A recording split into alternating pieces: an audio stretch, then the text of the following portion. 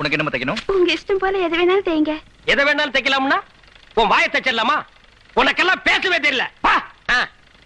தங்கராசு, நம்ம ரேஞ்சுக்கு இந்த ஊர்ல கடை வச்சதே தப்புப்பா. கிழிஞ்சது கிழியாதது, பட்டன் வச்சது வைக்காதது. இத நான் எங்கேயோ கேட்டிருக்கிறேன். போடா. உனக்கு என்ன தைக்கணும்? எனக்கு குஷ்பு மாதிரியே தைக்கணும்.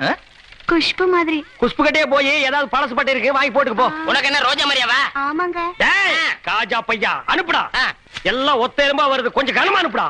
வாமா போதுமண்ணே.